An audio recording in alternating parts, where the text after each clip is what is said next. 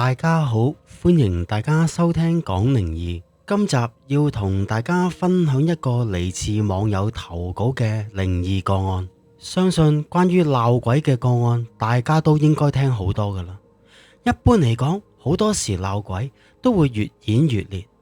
其實佢嘅原意係咪個鬼魂係要逼你走呢？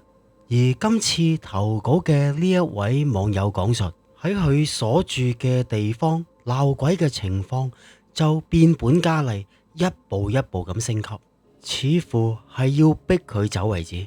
鬧鬼嘅升級過程究竟係點？大家一路聽落去就會知噶啦。喺講之前，請大家免費訂閱我嘅頻道啊，打開埋個鐘仔，當有新片上嘅時候就會第一時間通知你噶啦。大家可以俾個 like 點個讚去鼓勵我啊，我會不斷努力去出多啲片俾大家聽噶。另外，請大家分享我嘅頻道同埋我嘅靈異故事俾你身邊多啲嘅朋友收聽啊。大家亦可以撳呢條片下邊 Super Fans 嘅掣支持我嘅。你哋任何一種支持我嘅方式，對於我嚟講都係一路出片嘅動力嚟噶。跟住落嚟要分享嘅呢一個個案，都會經過我稍為修改，再由我第一身敘述嘅方法去同大家演繹噶。事不宜遲，馬上同大家分享呢一個靈異個案啦。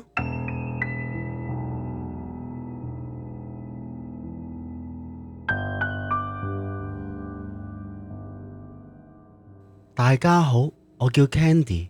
今日我想同大家講一個發生喺我身上一個好嚇人嘅靈異經歷。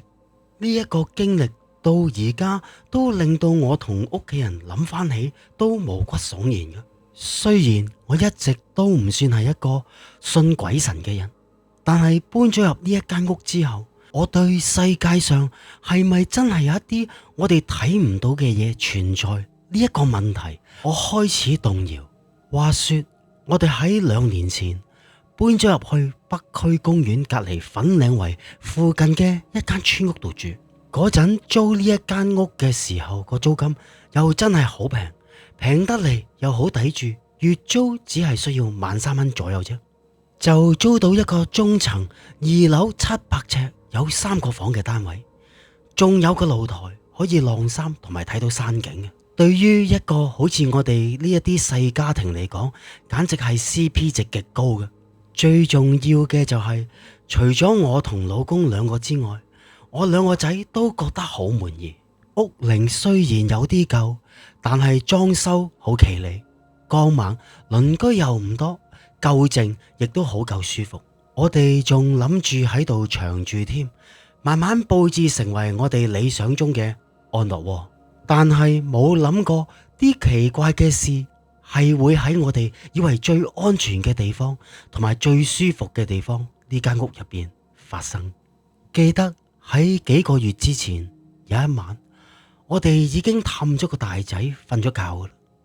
嗰陣時佢7歲，平時都好活潑嘅，但係嗰一晚佢突然間衝咗入嚟我哋個房，佢個樣嚇到面青青，佢就話：媽媽，嗰個恐龍玩具喐緊啊，仲會自己識擺尾啊！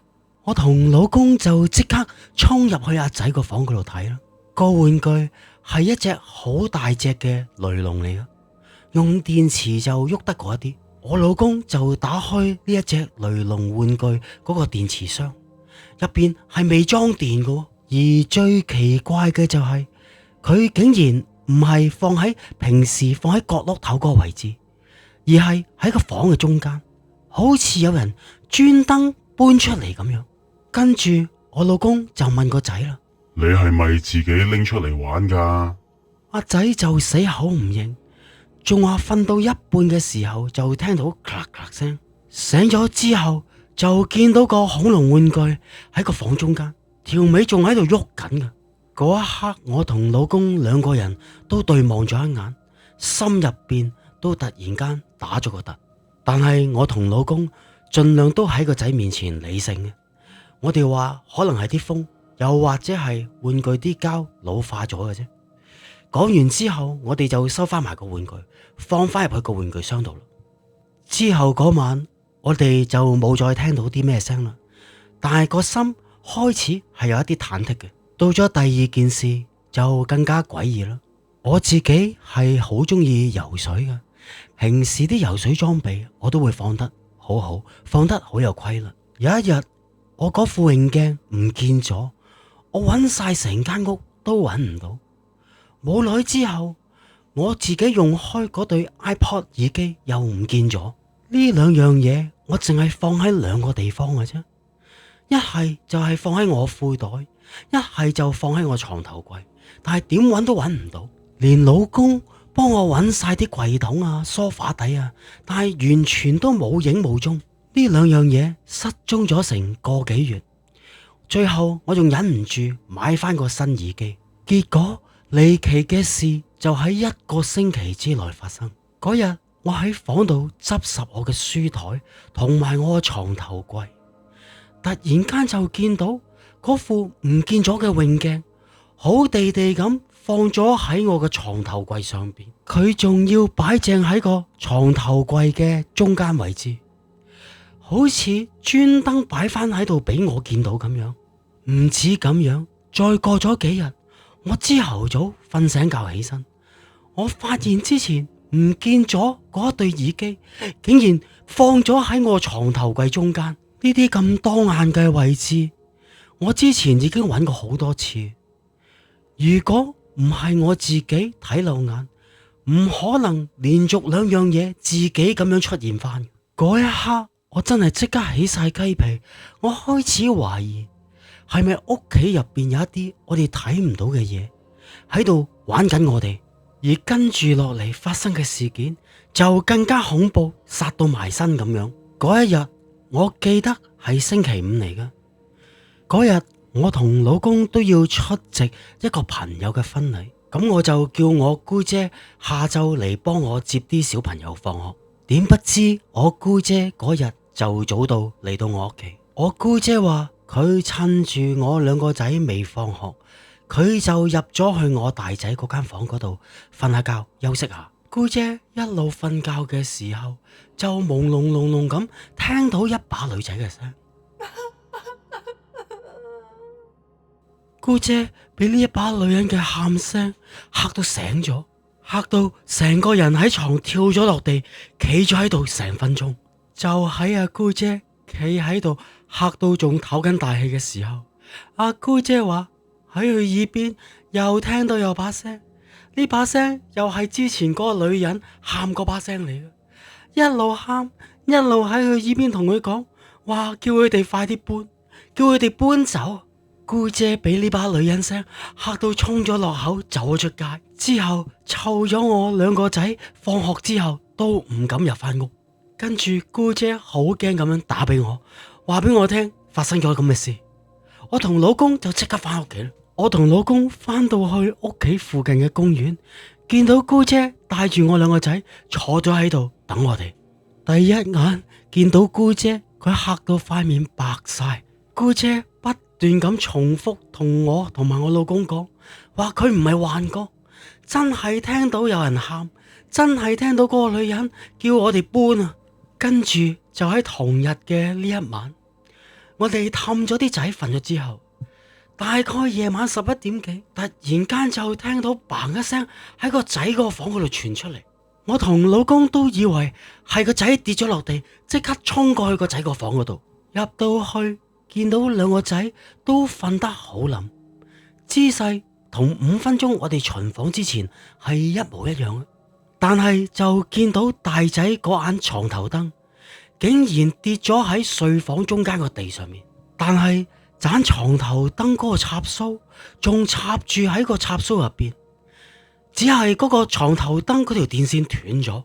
我望住我老公，我老公就一路望住床頭櫃上邊嗰個插蘇頭，插住床頭燈嗰個插蘇。雖然我老公呢一刻冇講嘢，但係我諗我老公同我心入邊存在嘅疑問都係一樣，冇可能個仔會咁大力可以扯斷條電線，將個床頭燈掉落去個睡房嘅中間個地度，而兩個仔仍然仲喺床上邊瞓到好冧，冇喐過。咁大聲個床頭燈跌落地，佢哋都冇醒過。發生咗呢件事之後，我同老公即刻第二日就搬翻去阿媽嗰度住住先，直到我哋喺同區揾到另外一間屋搬走嘅時候，我哋先至翻去呢間屋度執嘢。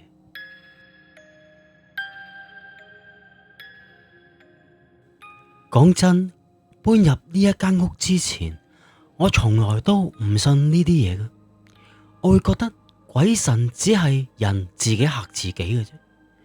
但係經歷過幾次之後，我開始相信有一啲嘢唔係我哋肉眼睇到先至代表佢存在嘅。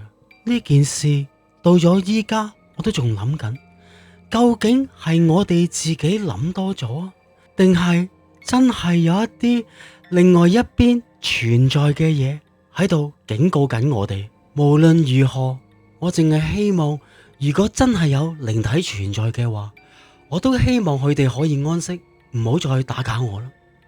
我淨係想安安靜靜咁同我兩個仔同埋我老公過日子嘅啫。我想喺呢一個家好好咁生活落去，去到新嘅地方，希望一切都順利。